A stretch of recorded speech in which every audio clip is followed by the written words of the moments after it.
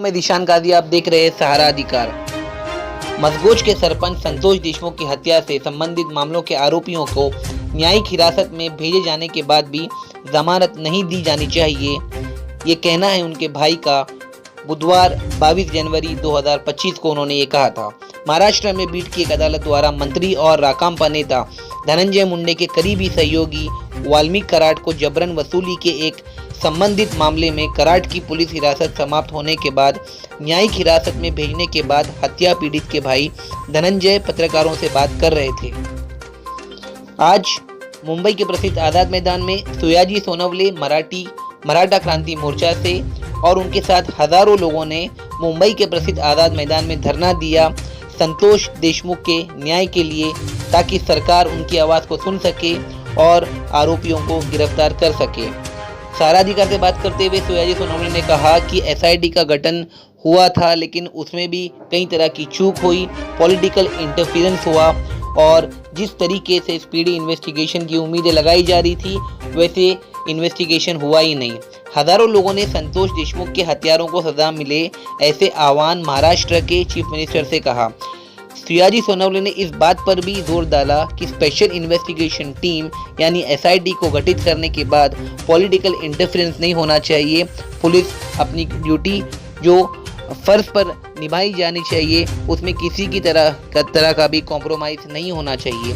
सयाजी सोनवणे और उनकी टीम जो इस वक्त आज़ाद मैदान में थी, उन्होंने बार बार मुंबई पुलिस से भी निवेदन किया और ख़ास तौर पे महाराष्ट्र के चीफ मिनिस्टर देवेंद्र फडणवीस से भी ये कहा कि संतोष देशमुख के हत्यारों को सजा मिलनी चाहिए और उन्हें बचाने का किसी भी तरीके से प्रयास नहीं करना चाहिए।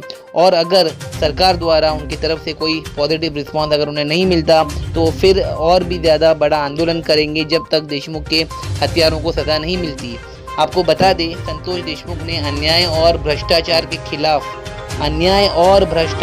खिलाफ महाराष्ट्र में आवाज़ उठाई थी, इसलिए उसकी हत्या कर दी गई और आज उनके हत्यारे सिर्फ इस वजह से बाहर घूम रहे हैं क्योंकि एसआईटी जो गठित की गई है उसमें कहीं ना कहीं किसी तरीके का पॉलिटिकल इंटरफेरेंस हो रहा है।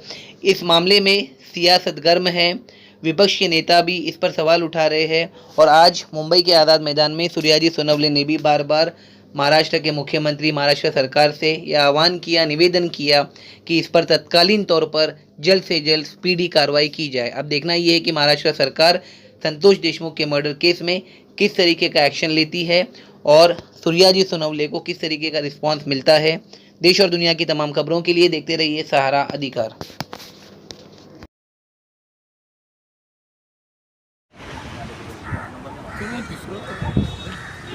हेलो दर्शकों, मैं दिशान गाजी, आप सब देख रहे हैं सहारा अधिकार। इस समय मुंबई के ऐतिहासिक आज़ाद मैदान में है और इसी वक्त मराठी क्रांति मोर्चा का जन आक्रोश मोर्चा हुआ है।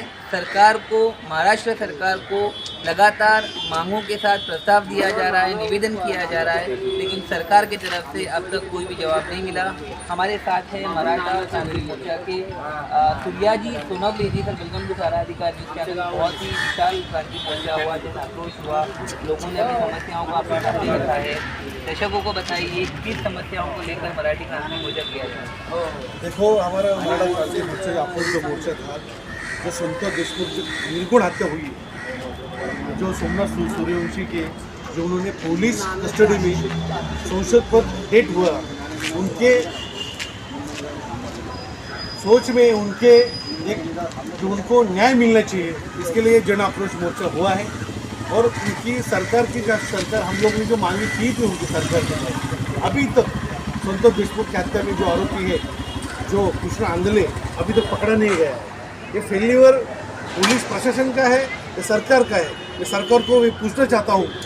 दूसरी मांगे हैं हमारे समाज की कि अभी तक जो वाल्मीकि कराड है उनको पेट में दर्द की वजह से बहाना उन्होंने किया है क्या, वो आईसीयू में एडमिट है, तो वो एडमिट हो जाएंगे या जेल के वारी करेंगे या जानबूझ के उनको आईसीयू में एडमिट किया गया है या केस को घुमाने की और केस को रफा दफा करने की कोशिश या साजिश की जा रही है। मैं ये सरकार को या शासन को पूछना चाहता हूँ। तीसरी बात है इस चीज़ में जन आक्रोश मोर्चा जो है, हमारी जो मांगे थी वो मांगे पे हम लोग कायम है। देखो यहाँ पे आज महाराष्ट्र के अंदर आपको एक चीज़ देखने को कन्फर्म मिलेगी कि दोनों जातियों में झगड़े लगाने के बीच जहर घोलने के काम जो कर रहे हैं ये जो समाज कंटक है, उनके लिए हम लोग ने सबसे बड़ा एक चपराक यहाँ पे देने की हम लोग ने कोशिश यहाँ पे ज़रूर की है। इसमें आपको देखने को एक चीज़ मिलेगी, मेरे आईडी पे भी आपको देखने मिलेंगे छत्रपति शिवाजी महाराज, बाबा साहब आम्बेडकर और महात्मा ज्योतिराव फुले। हम एक एक हक दिए। सर्व पक्ष की मोर्चा में हम लोग ने उनको आह्वान किया था कि जो उनकी हत्या हुई है जब तक उनको न्याय नहीं मिलेगा पूरा महाराष्ट्र भर हमारा मोर्चा ऐसा चालू रहेगा और हमारी मांगी जब तक पूरी नहीं होती पूरा महाराष्ट्र भर ये मोर्चा दत्तक के अलावा जैसा चलता ही रहेगा। सर एसआईटी कमेटी का गठन इसमें हुआ था स्पेशल इन्वेस्टिगेशन टीम, लेकिन कहीं ना कहीं पॉलिटिकल इंटरफेरेंस की वजह से वो इन्वेस्टिगेशन जिस स्पीड से होनी चाहिए और जिस एंथुसियाज्म के साथ होना चाहिए वो नहीं हो रहा है। तो महाराष्ट्र के मुख्यमंत्री पवार जी और देवेंद्र कितनी जल्दी देखो, मैं देवेंद्र फडणवीस जी को एक आह्वान या उनको विनम्र आह्वान करना चाहता हूँ कि पहले उन्होंने एसआईटी गठन की, उसके बाद वो बर्खास्त की, उसके बाद जो एसआईटी गठन की तो उन पे शक जो जा रहा है, किस पे जा रहा है शक? सीधा सरकार पे जा रहा है कि एसआईटी गठन हो रही है, फिर बर्खास्त हो रही है, फिर एसआईटी गठन कर रही है, फिर बर्खास्त कर रही है। इससे लोगों का ये जो शासकीय यंत्रणा है उस पर से भरोसा उठ जाएगा।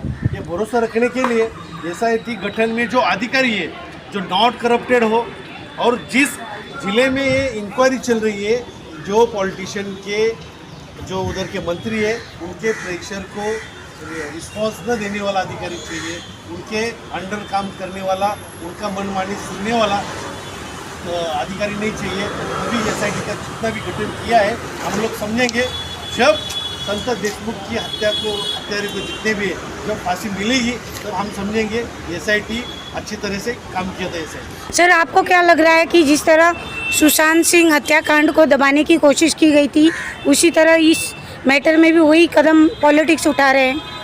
नहीं, मैं 100% इसके बारे में हम लोग जो देख रहे हैं जितने भी पॉलिटिशियन की आजू बाजू में ये जो वाल्मीकि कराड़ है, कौन है वाल्मीकि कराड़? जातों को आप जाति में उसको मत बांटो, गुनहगार की जात होती नहीं है। जानबूझकर एक चीज़ इस पे देखने को आपको मिलेगी, जो वाल्मीकि कराड़ एक नेता के घर पे क्या था, घर पे काम करने वाला आदमी था, आज 5-6 हज़ार को करोड़ों ऐसा लोगों का और मीडिया से थ्रू हम लोग को समझ में आ रहे हैं कि 5-6 हज़ार करोड़ का प्रॉपर्टी है, तो उसके इंक्वायरी ईडी क्यों नहीं कर रही है? ईडी इसमें ज़्यादा करके ईडी के जब सामने आती है अपनी बात तो सामने आती है किरण सोमिया जी। तो किरण सोमिया आपके चैनल के माध्यम से उनको भी आह्वान करना चाहता हूँ, किरण सोमिया जी आप उसमें पीएचडी हो गई है तो हम लोग आपको मिलने आएंगे और इनके जितने भी पेपर है काले चट्टे पट्टे आपके सामने हम दे देंगे, तो इन पर आप ईडी कार्रवाई करो और जितने उन पर खून की तरफ 302 की तरफ 307 की तरफ उनके धारा ही लगी है उन पर तो कार्रवाई हो ही, और उनकी ईडी की तरफ से जितने भी उनकी डॉक्यूमेंट्स हम जमा करेंगे उन पर कार्रवाई होके उनकी प्रॉपर्टी सीज हो जाए। सर एसआईटी के गठन की मांग की है मराठी क्रांति मोर्चा ने। आज का जो आपका प्रोटेस्ट था वो काफ़ी लोगों ने इस पर डिमांड किया है, क्या लगता है आपको महाराष्ट्र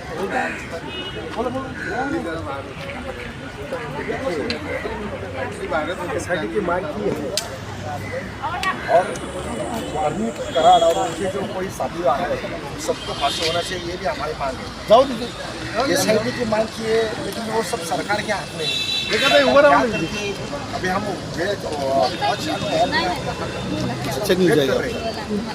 अगर सरकार ने एसआईटी के थ्रू से अगर अच्छी इंक्वायरी की और ये लोग को जो मतलब सजा होना चाहिए वो अगर हो गई तो फिर अलग है। अगर सरकार ने वो नहीं किया तो आगे का जो मतलब मराठा क्रांति मोर्चा जो आगे का जो ये करेगा तो सरकार को बहुत भारी पड़ेगा। और हमारा दूसरा एक मांग ये है कि ये धनंजय देशमुख और सोमनाथ सूर्यवंशी अगर ये इसके अभी ये जो वैभवी देशमुख करके जो लड़की है मतलब सबको देशमुख की लड़की, इसके जगह पे अगर सीएम की लड़की होती, अजित पवार की लड़की होती, धनंजय मुंडे की लड़की होती, या किसी मतलब हाई प्रोफाइल तो उनको क्या लगता है?